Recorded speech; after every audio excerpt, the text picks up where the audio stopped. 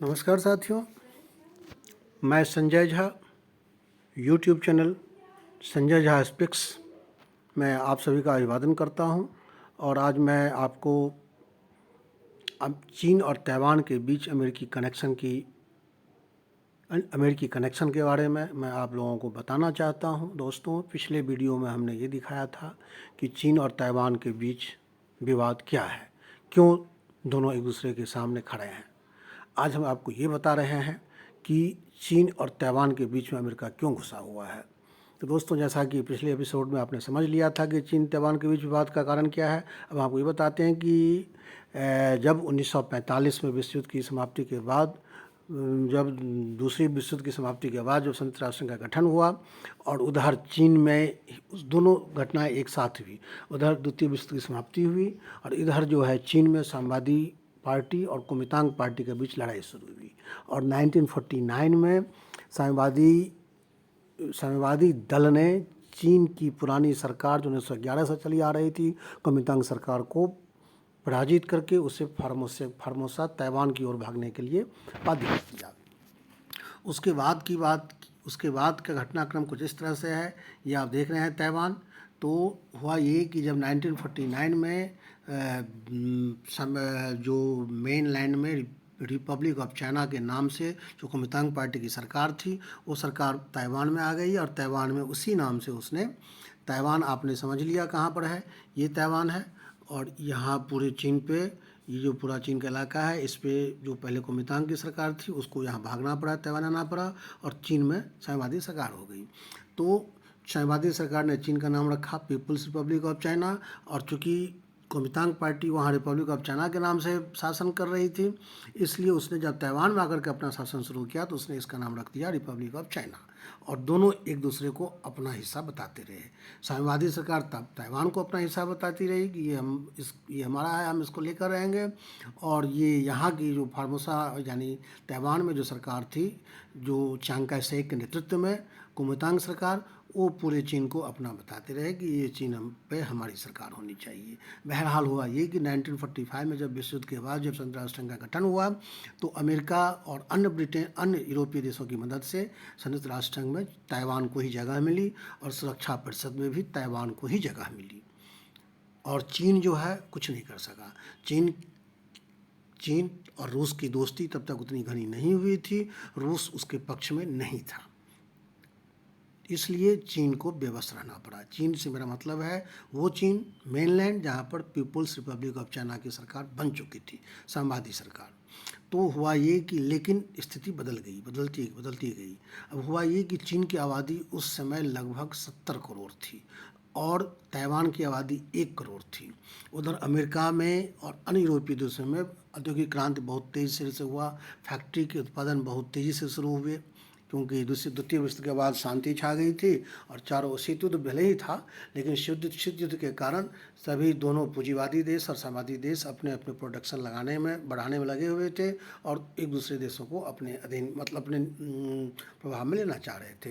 तो दोस्तों, उसी समय की बात है।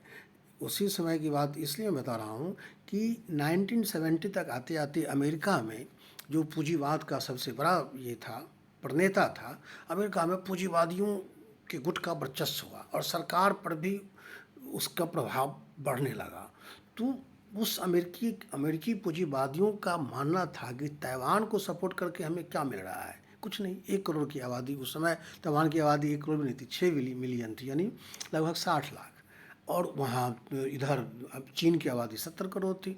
तो पूंजीवादी सोच रहे थे कि ताइवान को साथ देने से मुझे कुछ नहीं मिल रहा, अगर हम चीन को साथ दें तो इतना बड़ा बाजार मिल जाएगा, 70 करोड़ की आबादी का बाजार हमको मिल जाएगा। तो पूंजीपतियों के प्रेशर के कारण अमेरिका धीरे धीरे इस चीन के साथ, चाइना मेनलैंड के साथ उसने अपने संपर्क बढ़ाने शुरू किए और ताइवान को खारिज करना शुरू किया अंतर्राष्ट्रीय राजनीति में। और 1970 में ऐसा हुआ। 1971 में अमेरिका ने चीन को चीन यानी पीपल्स रिपब्लिक ऑफ चाइना को संयुक्त राष्ट्र संघ में आने का मार्ग प्रशस्त किया। संयुक्त राष्ट्र संघ की सदस्यता मिल गई चीन को और ताइवान को बाहर कर दिया गया। जो अब तक ताइवान था संयुक्त राष्ट्र संघ में, उस ताइवान को एक राष्ट्र न मानते हुए अमेरिका ने उसको बाहर का रास्ता दिखा दिया, क्योंकि अमेरिका का वर्चस्व था। जो 5 उस समय जो 5 थे वीटो पावर, उसमें 4 उसके साथ, उसमें 3 उसके साथ थे, बाकी दुनिया की पूरी इकोनॉमी उसके साथ थी। तो इसलिए उसने ताइवान को बाहर कर दिया और केवल अपने व्यापारिक हित साधने के लिए उसने मेनलैंड चाइना को, जहाँ पर पीपुल्स रिपब्लिक ऑफ चाइना यानी माओ सेतुंग की साम्यवादी सरकार थी, माओ सेतुंग वाली साम्यवादी सरकार थी, उसको उसने वहाँ पर में संयुक्त राष्ट्र संघ में जगह दे दी और ताइवान को बाहर कर दिया। इतना ही नहीं, सुरक्षा परिषद में भी ताइवान की जगह चीन को दे दिया गया और ताइवान बाहर आ गया। लेकिन दोस्तों, यहाँ पर एक ट्विस्ट हो गया। ट्विस्ट ये हो गया कि उसके बाद तो ताइवान को कोई मतलब दिक्कत, चीन को कोई दिक्कत थी ही नहीं। जब संयुक्त राष्ट्र संघ में चला गया, सुरक्षा परिषद भी बन गया, तो वो चाहे तो ताइवान को तुरंत कब्जा लेता 1 सेकंड में। तब तक उसकी नौसैनिक शक्ति भी बढ़ गई थी, बाकी वो दुनिया का एक प्रमुख देश भी बन गया था, उसके वेपन्स, एटॉमिक वेपन्स भी आ गए थे उसके पास, बहुत सारे उसके मिसाइल वगैरह भी डेवलप कर लिया था उसने। लेकिन क्यों ऐसा नहीं हुआ, इसकी एक कारण समझिए। 1978 में अमेरिका ने एक एक्ट बनाया, उसको कहते हैं ताइवान रिलेशन एक्ट। ये एक्ट अमेरिका के दोनों सदन में, जो वहाँ का जो सीनेट है और जो हाउस ऑफ रिप्रेजेंटेटिव है, दोनों सदन ने इस एक्ट को पास किया। यूएस कांग्रेस में senate and house of representative ने इस एक्ट को पास किया और 1 जनवरी 1979 को ये एक्ट जो है अमेरिका में कानून बना। और उस एक्ट में देखिए, इस एक्ट का क्या है। इस एक्ट को कहा गया, इस एक्ट की जो प्रस्तावना थी, ये कहा गया कि to maintain peace security in the western Pacific and to promote the foreign policy of the United States by authorizing the constitution of commercial, cultural and other relation between the people of the United States and the people of Taiwan। मतलब उसको ये नाम दिया गया है कि Taiwan और United state के बीच सांस्कृतिक, व्यापारिक और अन्य संबंध कायम रखने के लिए ये एक्ट लाया गया है। राजनीतिक संबंध नहीं, राजनीतिक संबंध को हटा दिया गया, सांस्कृतिक, व्यापारिक और अन्य संबंध कायम करने के लिए एक्ट लाया गया है। और इस एक्ट के सेक्शन 2 के अनुसार, सेक्शन 2 में ये था, यद्यपि ये लिखा गया था, यद्यपि यूएसए ने ताइवान के साथ शासकीय संबंध खत्म कर लिया है, राजनीतिक संबंध खत्म कर दिया है, लेकिन पीपुल रिपब्लिक ऑफ चाइना को वो स्थान, राजनीतिक स्थान पीपुल रिपब्लिक ऑफ चाइना को दिया है, यानी मेनलैंड को दिया है। लेकिन इस एक्ट के तहत पश्चिमी प्रशांत क्षेत्र में शांति सुरक्षा को स्थापित रखना उसकी परम जिम्मेदारी होगी अमेरिका की। पश्चिमी प्रशांत क्षेत्र यानी ताइवान, चीन से ये हिदायत दी गई कि आप ताइवान को ज़बरदस्ती कब्जा नहीं करेंगे। उसके बाद ये कहा गया कि ताइवान तथा यूएसए के बीच बाकी सभी संबंध कायम रहेंगे। एक्ट में साफ कहा गया कि चीन के साथ राजनीतिक संबंध इस उद्देश्य से स्थापित किए गए हैं ताकि ताइवान का भविष्य शांतिपूर्वक हल हो। शांतिपूर्ण तरीके को छोड़कर अगर कोई दूसरा तरीका अपनाया जाता है ताइवान को चीन में मिलाने के लिए, तो अमेरिका उसका विरोध करेगा। समझ गए। उसमें जो ताइवान रिलेशन एक्ट 1978 है, उसमें एक तरह से ताइवान को राष्ट्र नहीं भी मान रहा है अमेरिका, और मान भी रहा है। अब उसके आगे के कारण बताऊंगा ऐसा क्यों किया अमेरिका ने। बाकी इस एक्ट के जरिए उसने ताइवान की पूरी सुरक्षा की जिम्मेदारी अपने ऊपर ले ली। ठीक, अब उस सेक्शन आगे की बात यह है कि अमेरिका ताइवान इतनी, उसमें सेक्शन 2 तक में, यहाँ तक बताया आपको। सेक्शन 3 में ये उल्लेख हुआ है कि आगे अगर अमेरिका ताइवान में इतनी मात्रा में हथियार देगा और इतनी मात्रा में उसकी सहयोग करेगा जिसकी उससे आत्मसुरक्षा की प्रणाली विकसित हो सके। यदि ताइवान की सुरक्षा पर कोई खतरा पैदा होता है तो यूएसए अप्रोप्रिएट एक्शन लेने के लिए स्वतंत्र होगा। ये समझिए, ये है उसके एक्ट में। ठीक, इस एक्ट के बाद केवल यही नहीं, इस एक्ट के बाद 1982 में अमेरिका के तत्कालीन राष्ट्रपति रोनाल्ड रीगन ने 6 assurance given 6 assurance to Taiwan, और इस 6 एश्योरेंस के बदले ताइवान को वो सभी आश्वासन दिए गए जो 1978 के ताइवान रिलेशन एक्ट में था। उसको दोहराया गया कि अमेरिका ताइवान की सुरक्षा के लिए प्रतिबद्ध है। ये कहा गया कि ताइवान अगर अपनी मर्जी से किसी भी देश में मिलता है, चाहे वो चीन है, चाहे वो जापान है, किसी भी देश में मिलता है, जापान में चीन में मिलता है तो उसे कोई अमेरिका को कोई दिक्कत नहीं, लेकिन कोई भी देश अगर ज़बरदस्ती ताइवान को मिलाना चाहेगा, कोई भी देश से मतलब है चीन से, तो अमेरिका उसका हर संभव उसका प्रत्युत्तर देगा। दोस्तों, ये समझ गए ताइवान रिलेशन एक्ट और 6 एश्योरेंस which राष्ट्रपति Ronald Reagan given to Taiwan in 1982, and this is the main reason behind the conflict between Taiwan and China, because USA is ready to fight against the country which is trying to control Taiwan, और ये है main कारण। और इसलिए चीन जब भी Taiwan की ओर आंख उठाकर देखता है, जब भी वो ताइवान को कब्जा करना चाहता है, तो अमेरिका सामने आ जाता है। और सिर्फ इतना ही नहीं, अमेरिका ने अपनी नौसैनिक का 25% जो उसका स्ट्रेंथ है वो उसने ताइवान के इर्द गिर्द ही ये कर रखा है, सिर्फ इसलिए कि ताइवान उसको कब्जा न कर ले। और आज भी ताइवान और चीन के बीच में जो कॉन्फ्लिक्ट होता है तो अमेरिका तुरंत सामने खड़ा हो जाता है ताइवान के सामने अड़ के। और यही कारण है कि चीन चाहकर भी ताइवान को पर कब्जा नहीं कर रहा है। अब इसमें अमेरिका क्या क्या लाभ है? तो दोस्तों, अमेरिका का ये लाभ है कि वो ताइवान की जो मदद कर रहा है वो ऐसा नहीं है कि ताइवान एक तरफ तो एक पहली बात तो यह है कि ताइवान की जो टेक्नोलॉजी है बहुत पावरफुल है, और वो टेक्नोलॉजी के माध्यम से वो एक एशिया का एक प्रमुख औद्योगिक देश है।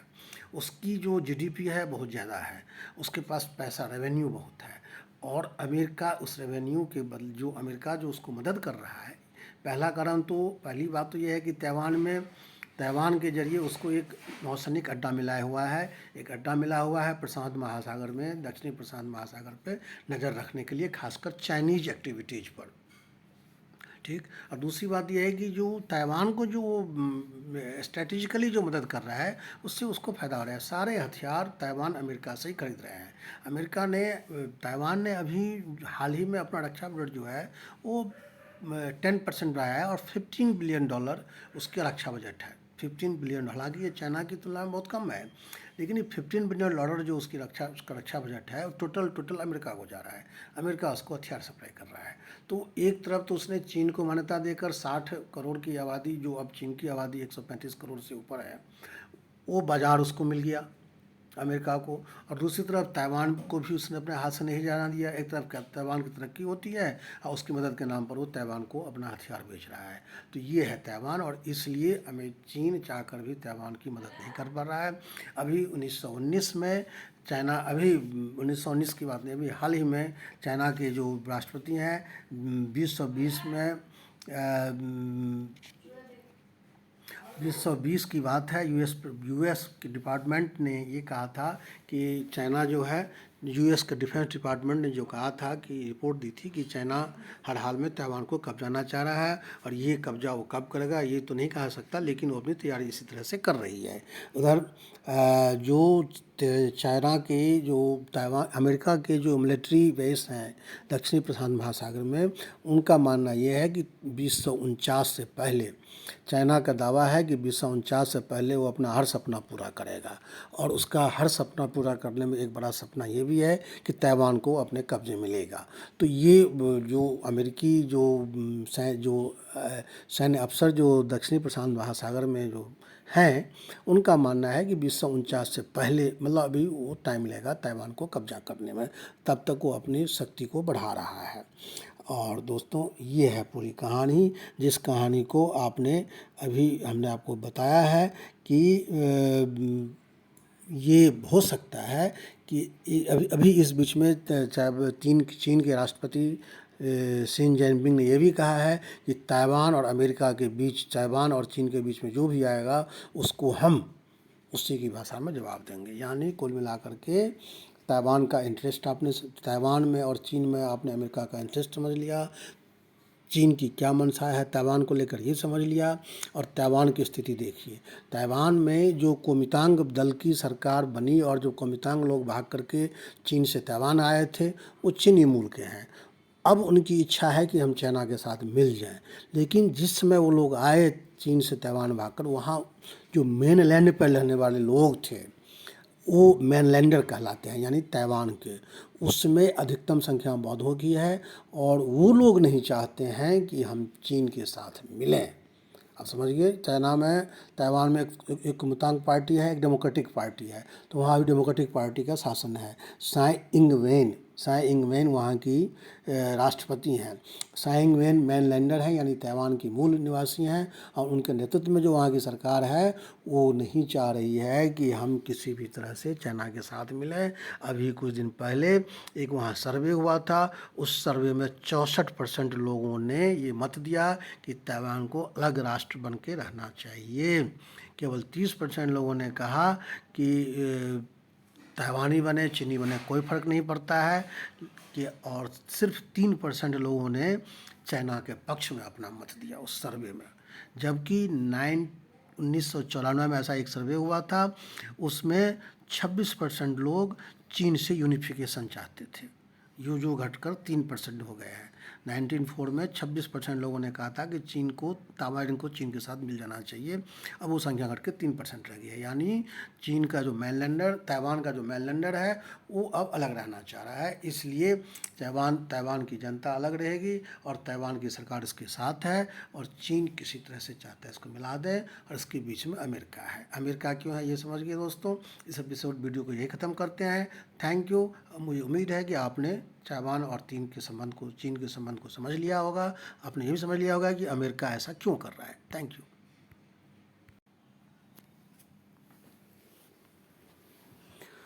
आप ठीक है, 4 बजे हम की करू अपने बेस के लोग के तक मेरे तो अपने पे हो, 3 बजे जाना हो।